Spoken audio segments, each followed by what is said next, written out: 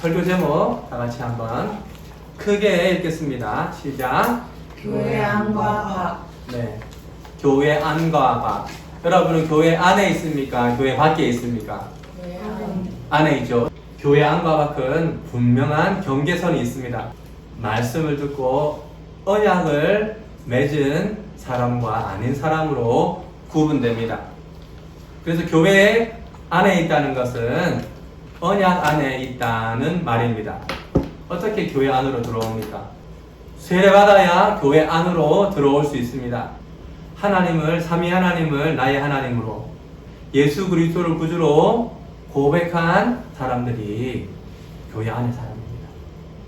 교회 안에 있는 사람은 교회 밖으로 쫓겨날 수 있습니다.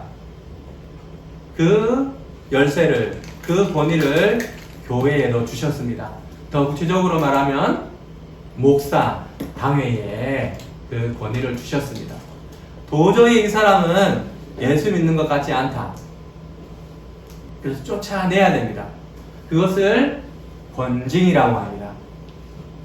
교회는 권징을 통해서 사람들을 교회 밖으로 쫓아낼 수 있습니다. 오늘 고린도 교회에 보니까 어떤 일이 있다고 합니까? 교회 안에 뭐가 있었다고요? 음행. 아버지 아내 되는 사람과 잠자리를 같이 한 죄가 너희 안에, 교회 안에 있었다는 겁니다. 천륜을 거스르는 것이었습니다. 그게 교회 안에 있었다는 겁니다. 그런데 왜 가만히 놔두느냐? 2절, 너희 중에서 쫓아내지 아니하느냐? 너희 중에서, 교회 안에서 쫓아내지 아니하느냐? 이방인처럼, 교회 밖의 사람들처럼 사는데 왜 쫓아내지 않느냐? 이 말을 하는 겁니다. 그래서 바울이 지금 그 죄들을 들춰내는 겁니다. 그 목적은 나중에 보겠지만 교회를 바로 세우기 위한 것입니다. 이 음행은 너희 중에 있는 사람, 교회 안에 있는 사람과 이방인들과 똑같이 되는 것, 더 나쁘게 되는 것이기 때문에 반드시 밖으로 나가야 할 죄입니다. 음행은 밖으로 나가야 됩니다.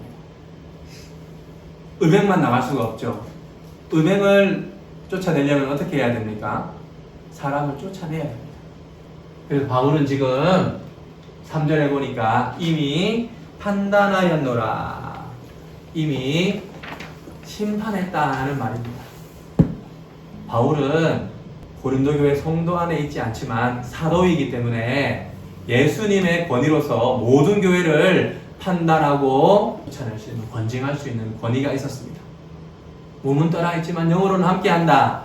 영적으로 귀신이 돼서 온다 이 말이 아닙니다. 한 믿음 안에서 내가 사도로서, 이 교회의 사도로서, 신약교회의 설립자로서 교회를 분명하게 판단하고 권징할 권위가 있다 이 말을 하는 겁니다.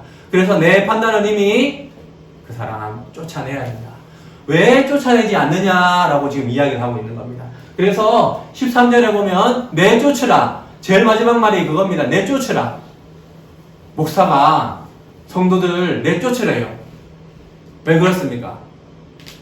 교회가 무너지기 때문에. 예수 그리스도의 몸이 썩어져 가기 때문에 가만히 두면 안 되겠다 하는 판단을 한 겁니다. 바울은 이 이야기를 교회의 비유를 통해서 이야기합니다. 교회를 빵으로 이야기합니다. 그래서 교회는 누룩 없는 빵인 거예요. 그런데 하나님 앞에 드릴 이 빵, 떡, 소재물은 누룩 없는 것이어야 합니다. 누룩이 교회 안으로 들어왔다라고 이야기합니다. 누룩이 뭡니까 그러면? 음행, 죄입니다. 죄가 들어왔는데 누룩이 조금 들어오면 그대로 있습니까? 어떻게 됩니까? 퍼져요. 경계가 무너집니다. 죄가 온 교회에 퍼지게 된다는 겁니다. 1계명부터 시작했죠.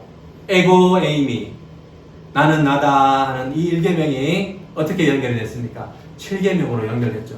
자기 자신을 높이고 존재 가치를 드러내기 위해서 어떻게 했습니까? 7계명까지 왔습니다. 성적인 것으로 자기 자신을 드러내려고 하는 죄까지 왔습니다. 나 이렇게 아버지 여자하고도 잘 줄 아는 사람이야. 나 이렇게 섹시한 사람, 외모가 볼만한 사람이야. 멋진 몸을 가진 사람이야. 그래서 노출하고 다니는 겁니다. 노출하는 게 부끄럽지 않다는 겁니다. 노출을 통해서 에고 에이미를 말한다는 겁니다. 나 이렇게 잘났어. 그거를 보이려고 온갖 세상에서 하는 그런 수치스러운 일이 교회 안으로 들어오는 거예요. 누룩이 교회 안에 들어와서 지금 이렇게 퍼져서 교회가 무너지고 있는데, 썩어져 가고 있는데 왜 가만히 있느냐는 겁니다. 로마서 9장 11절에 보면 토기재료, 흙덩어리 하나라는 거예요. 교회는 한 가족이라 했잖아요. 막연하게 하나가 아니라 실제로 하나예요. 예수 그리스도를 머리로 하는 한 몸이에요. 한 몸인데 한 덩어리라고 하는 거예요. 제물로서는 한 덩어리예요. 그래서 온전하게 하나님 앞에 드려야 되는 거예요. 믿음으로 우리가 죄를 짓지 않을 수 없고 늘 죄가 있지만 이런 믿음으로 하나가 되는데, 음행한 일을 하면서 나는 믿는다라고 하는 말은 아니다라는 겁니다. 나는 하나님을 섬기고 예수 그리스도를 믿는다 하는데 이런 흠행을 저지르는 것, 세상의 죄 가운데 빠지는 건 그 믿는 게 아니다라는 것이고, 교회를 더럽히고 썩게 한다는 겁니다. 누룩을 퍼뜨려서 교회를 망치는 것이다 라는 겁니다. 그래서 지금 바울은 그 사람, 음행하는 사람 내쫓으라, 누룩 덩어리를 내버리라, 그 암덩어리를 잘라내라 라고 이야기하는 겁니다. 어떻게 해야 합니까? 그러므로 명절을 지키자라고 합니다. 명절이 뭡니까? 절기를 지키는 것. 이제 예수 그리스도를 믿는 믿음으로, 예수 그리스도께서 희생이 되셔서 우리 죄를 다 용서해 주셨다 하는 그 믿음으로 예배 드리는 것이 절기를 지키는 것입니다. 절기를 바로 드리자는 겁니다. 교회는 예배 공동체이기 때문에 예배를 바로 드리는 것이 바로 서는 겁니다. 바른 예배를 위해서는 바른 재물이 있어야 되는데, 그 재물은 우리의 믿음이고 또 우리가 하나님 앞에 드려야 할 우리의 삶입니다. 우리의 믿음을 그대로 고백한 대로 살아내는 삶, 공예배와 삶의 예배가 딱 조화를 이루어서 하나가 되어서 그런 삶을 살아야 되는 겁니다. 그래서 이 예배당에 올 때 우리는 믿음대로 사는 사람으로서 예배 드려야 됩니다. 늘 죄를 짓고 회개할 것이 있지만 이 믿음을 가지고 그렇게 살려고 하는 삶의 방향으로 나아가는 자로서 예배 드려야 합니다. 믿음이 중요하다는 거죠. 또 믿음에 합당한 행위가 있어야 된다는 거죠. 죄를 지었으면 죄인 줄 알고 회개하는 그런 믿음의 행동이 있어야 된다는 거죠. 죄를 지었는데 죄인 줄 모르는 것, 믿음에 합당한 게 아니라는 겁니다. 형제라고 일컫는 사람, 성도는 그렇게 살면 안 되는 겁니다. 분명한 죄를 짓고 반복해서 죄를 짓는 이 삶에서 돌이키기 전에는 형제라고 성도라고 부르면 안 된다는 겁니다. 그럼 그 전에 있는 사람은 어떻게 해야 되겠어요? 이렇게 빠져나가려고 하는 사람들에 대해서 계속해서 우리 지난주에 말씀대로 어떻게 경계해야 되겠죠.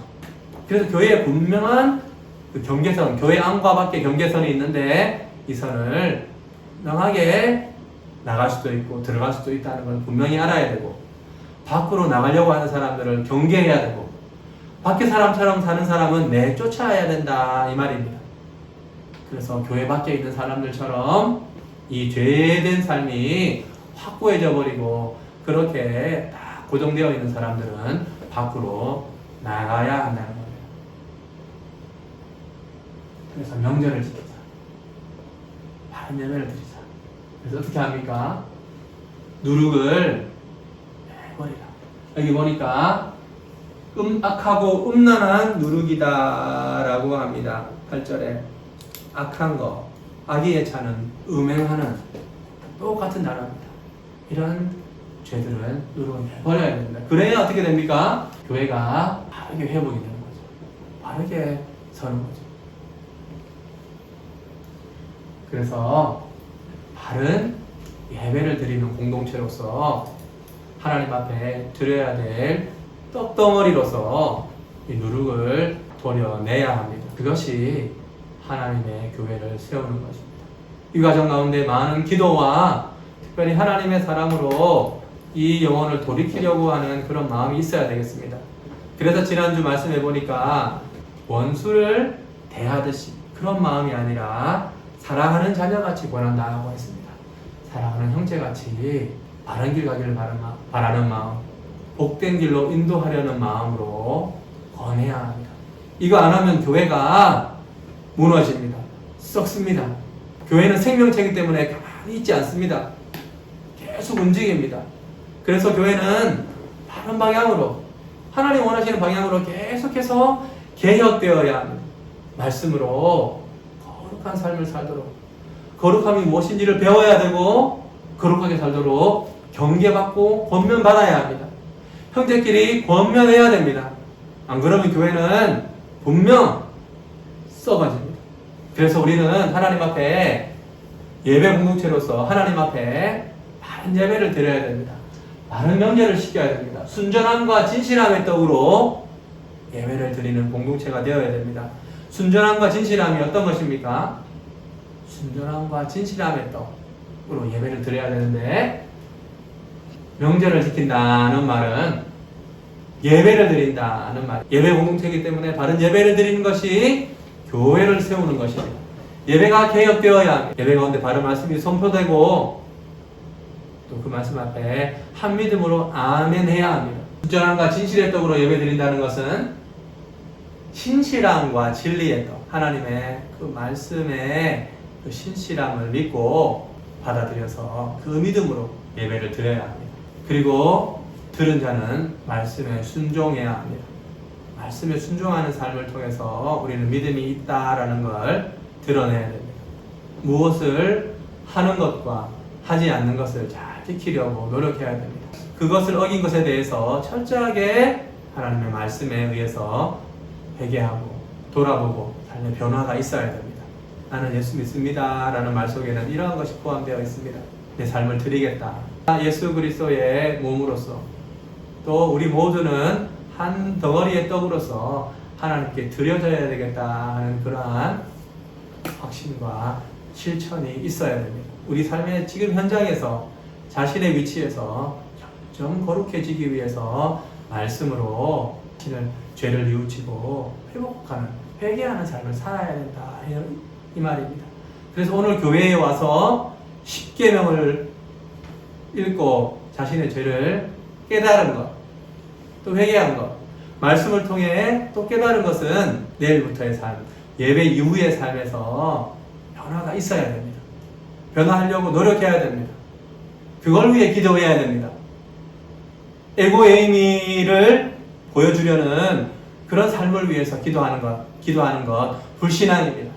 좋은 대학에 가게 해주세요. 불신앙입니다. 에고에이미를 위한 것이라면 불신앙입니다. 사업 잘 되게 해주세요.